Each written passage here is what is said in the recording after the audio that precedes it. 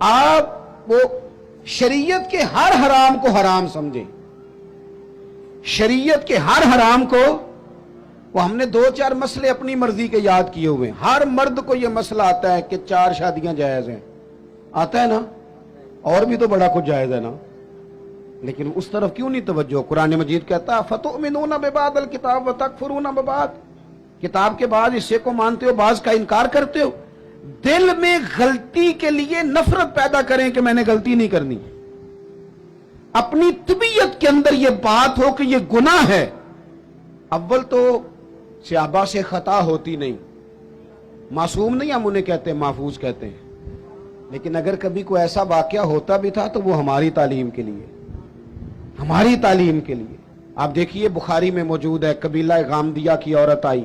یہاں تو لوگ غلطی کرتے ہیں. اچھا چلیں بتائیں، وکیل کو پتا ہوتا ہے کہ نہیں کہ جو میرے پاس آیا اس کا کیس جھوٹا ہے؟ بولیں کیوں لیتا ہے وہ؟ اللہ آپ کو سمجھ اور مجھے بھی سمجھ دے. اور بھائی جج صاحب کو پتا ہوتا ہے کہ نہیں؟ میری سنیں جی، تبصرہ بعد میں جی، ابھی کرنٹ ایشو پہ صرف تقریر. تو ہوتا کیا ہے، جب تک آپ اندر سے تسلیم نہیں کر لیتے، بیمار جب تک مانے نا میں بیمار ہوں تو علاج ہو سکتا ہے؟ نبی کریم علیہ السلام نے نا لوگوں کا اس طرح تزکیہ کیا کہ ان کے اندر بات ڈال دی کہ اگر غلطی ہو جائے تو پھر غلطی کی معافی کی کوشش کرنی، پھر معافی کی کوشش کرنی. لوگوں کے سامنے حضور نے یہ بات اس طرح کھولی کہ بخاری میں قبیلہ غامدیہ کی ایک عورت کا ذکر ہے، اور کنز العمال میں تفصیل سے موجود ہے.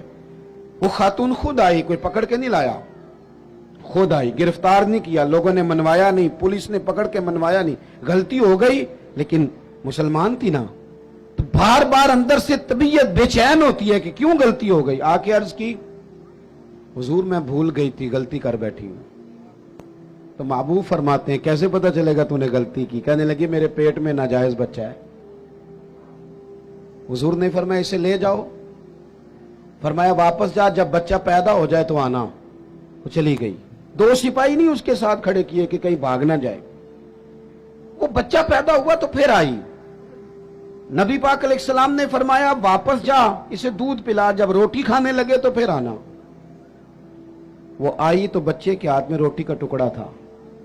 محبوب نے بچہ کسی کے حوالے کیا، فرمایا اسے لے جاؤ اور پتھر مار کے سنسار کر دو. سزا دے دی حضور نے. وہ حضور کے سامنے جب کھڑی تھی تو پتہ کیا کہتی تھی؟ کہتی تھی حضور میں رات کو سو نہیں پاتی. اذان سنیں جی پہلے، اس میں بات سمیٹنے لگا ہوں، آپ توجہ فرمائیں.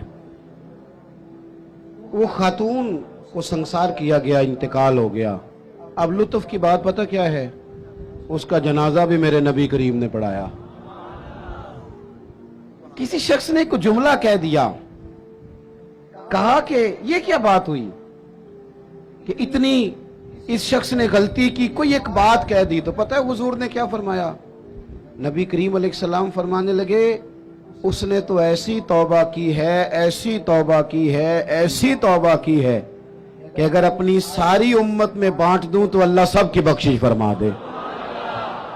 یہ جو احساس ہے نا طبیعت میں، احساس پیدا کریں.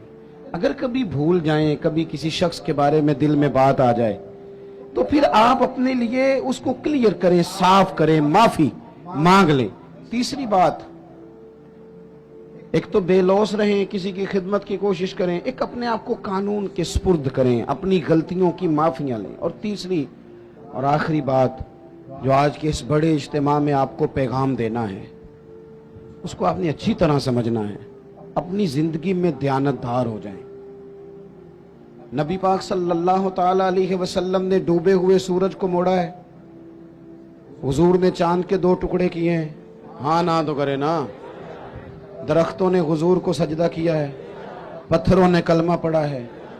میرے محبوب کو رب نے بڑے معجزات دیے، معراج عطا کیا ہے.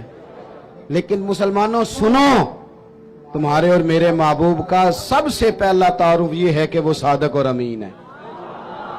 سب سے پہلے لوگوں نے جس نام سے جانا وہ صادق اور امین ہے. یا رسول اللہ مومن بزدل ہوتا ہے؟ فرمایا ہو جاتا ہے کبھی. مومن کنجوس ہوتا ہے؟ کبھی ہو جاتا ہے. یا رسول اللہ مومن جھوٹا ہوتا ہے؟ میرے رسول نے فرمایا نہیں، میرا مومن جھوٹ نہیں بولا کرتا. دیانتدار ہو جائیں، امانتدار ہو جائیں، آپ خوددار ہو جائیں. چھوڑیں آپ. وہ کسی درویش نے کہا تھا لوگوں نے اتنا پایا نہیں جتنا میں نے ٹھکرایا ہے. تھوڑا ٹھکرانا بھی سیکھیں، تھوڑی خودداری بھی پیدا کریں. دیانتدار ہونے کے لیے کفایت شعار ہونا ضروری ہے. تھوڑے پہ گزارا کرنا سیکھیں. ایک وقت روٹی کھائیں. ہم دیہاتی لوگ ہیں، ہمارے بڑے بوڑھوں نے ہمیں سبق پڑھایا ہے کہ گندم سے بڑھولا بھر لو اور مرتبان سے اچار بھر لو، پھر تمہیں کسی جگہ جانے کی ضرورت بالکل نہیں، قطعاً نہیں. تھوڑا کھاؤ میرے دوستو، لیکن رزق حلال طیب. اگر امانتدار نہیں رہو گے پھر بھکاری بھی بنو گے، پھر ملاوٹیں بھی کرو گے. پھر تو اس طرح کے برے حالات ہوتے ہیں کہ لوگ جانوں سے کھیلتے ہیں، دوائیوں میں بھی ملاوٹیں کرتے ہیں. امانتداری حضور کی سب سے پہلی تعریف لوگوں نے کی. کبھی بھی زندگی میں کبھی بھی بددیانتی کا مظاہرہ نہ کریں. اور دیانتدار کس کے ساتھ ہونا ہے؟ میں اپنے ممبر سے ہو جاؤں اور کونسلر اپنی کرسی سے ہو جائے، ڈاکٹر اپنے آپ سے ہو جائے، طالب علم اپنے علم سے ہو جائے، استاد اپنی ڈیوٹی سے ہو جائے. استاد کا احترام بڑا ضروری ہے، پر استاد کو اجازت نہیں کہ کلاسیں کھیل رہی ہوں اور استاد سموسے منگا کے کھا رہے ہوں. وہ بھی تو ڈیوٹی کرے نا اپنی ٹائم پہ. مزدور کی مزدوری پسینہ خشک ہونے سے پہلے دینی ہے، پر مزدور کو اجازت نہیں کہ وہ روٹی کھانے جائے تو گھنٹہ وہیں بیٹھا رہے. وہ 10 منٹ کونے میں بیٹھ کے چائے پینے جائے اور 20 منٹ وہ سگریٹ بھی پیتا رہے. آپ اپنے کام سے دیانتدار ہو جائیں، اپنا کام سونا کر کے کرنا شروع کریں، اس میں نفاست لائیں. مجھے بتائیں، اگر کپڑا بنانے والا صحیح بنائے، باقی کے کام نہ دیکھے اپنا دیکھے، بنانے والا صحیح بنائے اور سینے والا وہ صرف بیٹے بیٹھ جاؤ، وہ پتر بیٹھ جاؤ نیچے بیٹھو، سینے والا صحیح سیے، بنانے والا صحیح بنائے تو ساری دنیا کو صحیح کپڑے ملنے لگ جائیں گے نا.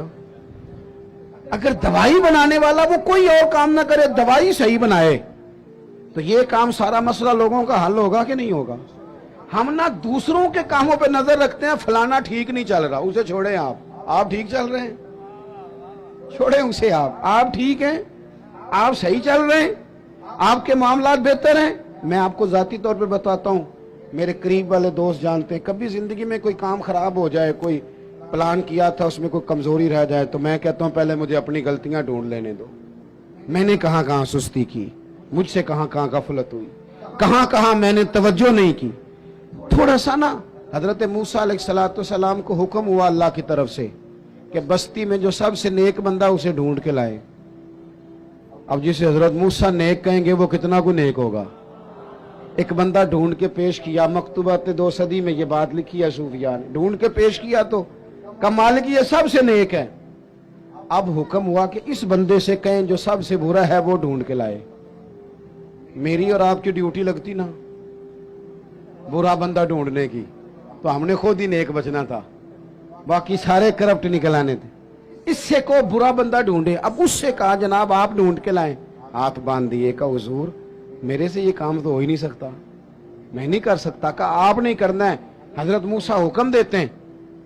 وہ نیک آدمی نے کہا پھر مجھے 3 دن کی مہلت دیں. 3 دنوں کی مہلت ملی. 3 دنوں کے بعد مقررہ وقت پر بندہ ڈھونڈ کے لانا تھا جو سب سے بد ہے معاذ اللہ. کس کو ڈھونڈ کے لائے؟ اپنے گلے میں رسی ڈالی، اپنے گلے روتے تڑپتے لا کے رسی حضرت کلیم کے دست مبارک میں دے کے. کہا حضور کچھ لوگوں کے گناہ میں نے دیکھے تھے، شک تھا کہ انہوں نے کیے ہوں گے، پر وہ میرا شک تھا.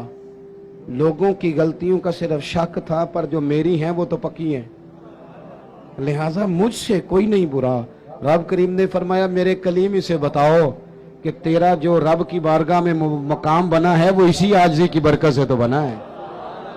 ہم نے نا دیانتداری کا مظاہرہ. جھوٹ جس قوم سے نکل گیا وہ قوم بن گئی. جھوٹ پتہ کیا نقصان کرتا ہے؟ اعتماد ختم کرتا ہے.